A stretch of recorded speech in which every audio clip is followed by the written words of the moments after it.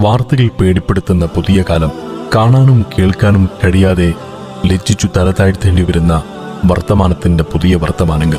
ഒഴിവു സമയവും ആരോഗ്യവും വഞ്ചിക്കപ്പെടുമെന്ന തിരുവചനം ഇവിടെ പ്രസക്തമാണ്.